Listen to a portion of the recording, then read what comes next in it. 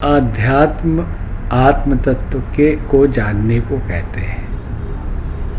जब हम अपने अस्तित्व को समझते हैं कि हम कौन हैं, शरीर है, मन है, बुद्धि है, चित्त है, अहंकार है, क्या है, अथवा इससे भी परे कुछ है, उस रहस्य को जान लेना आध्यात्म है।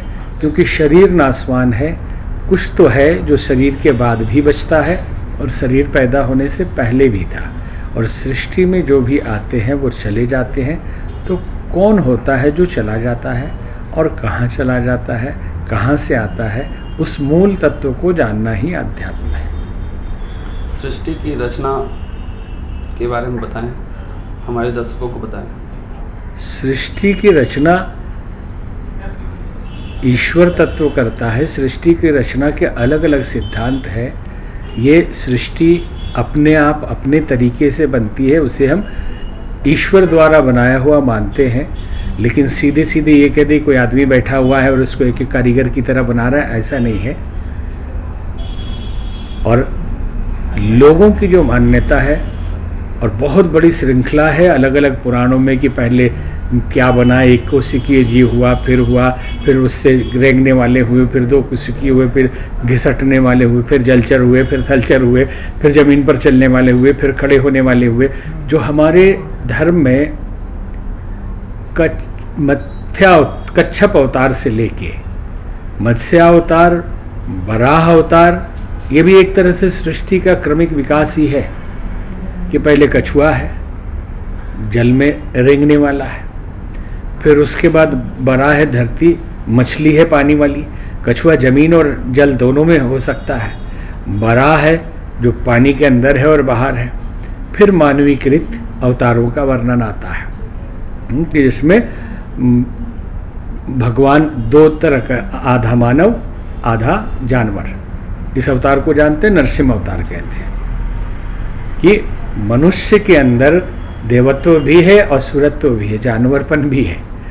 तो नर के अंदर सिंह भी है, जानवरपन भी है, तो वो विकास वैसा दिखाया गया। उसके बाद छोटा आदमी दिखाया गया, वामन अवतार दिखाया गया, ठीक है। फिर दिखाते हैं राम अवतार, कृष्ण अवतार, ऐसे पूर्ण पुरुष, बड़े ज्ञानी पुरुष। तो एक क्रमिक विस्तार विकास दिखाया गया है। सृष्टि के तत्वों की कोष अणु से, परमाणु से बनता है। दो शब्द में तो पूरी सृष्टि रचना तो नहीं बताई जा सकती।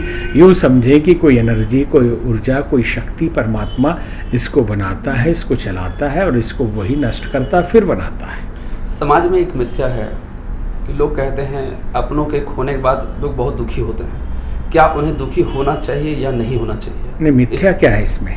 मिथ्या यही है कि लोग दुखी हो जाते हैं, लोग उड़ते हैं, परेशान होते हैं। नहीं, तो क्यों दुखी नहीं होंगे? कोई ऋषि मुनि है, कोई साधु संत है कि स्थित प्रज्ञ हो गए हैं जो दुखी नहीं होंगे? जब आप उस अवस्था में पहुंच जाते हैं जहां सम भाव में जीने लगते हैं सुख और दुख के, तब आप दुखी नहीं होते। आम आदमी तो स्वाभाविक है दुखी होगा, ये मिथ्या नहीं है। आध्यात्मिक दृष्टि से लगेगा कि नहीं मिथ्या है, क्यों रो रहे हैं? क्यों नहीं रोएगा आदमी? लगाव तो है ही ना, उसका परिवार है, उसका कोई गया है, नुकसान हुआ। एक आदमी का सामान, रुपया थोड़ा सा खो जाए तो रोने लगता है, सामान गिर जाए तो रोने लगता है, और उसका अपना सगा संबंधी कोई मर जाए तो दुखी नहीं होगा। अगर वो उस स्तर पे पहुंच गया परम ज्ञान के, कि सृष्टि के रहस्य को समझ गया है कि शरीर नाशवान है, आना जाना लगा रहता है, तो वो दुखी नहीं होगा। लेकिन समाज के हर आदमी साधु थोड़े हो गए हैं जो दुखी नहीं होंगे। आज के युवाओं के लिए क्या संदेश है? आज के ही युवा के लिए तो संदेश आज हम दे पाएंगे, पीछे वालों के युवा तो आज बुजुर्ग हो चुके हैं। नहीं, युवाओं के लिए क्या संदेश है?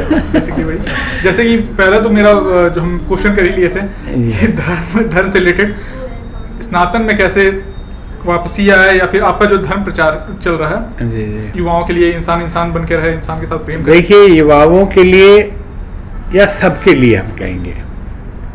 जैसे एक जगह हम गए एक यूनिवर्सिटी में, चीफ गेस्ट में एक चीफ मिनिस्टर भी थे, तो सब्जेक्ट रखा गया था आज की बिगड़ी हुई युवा पीढ़ी।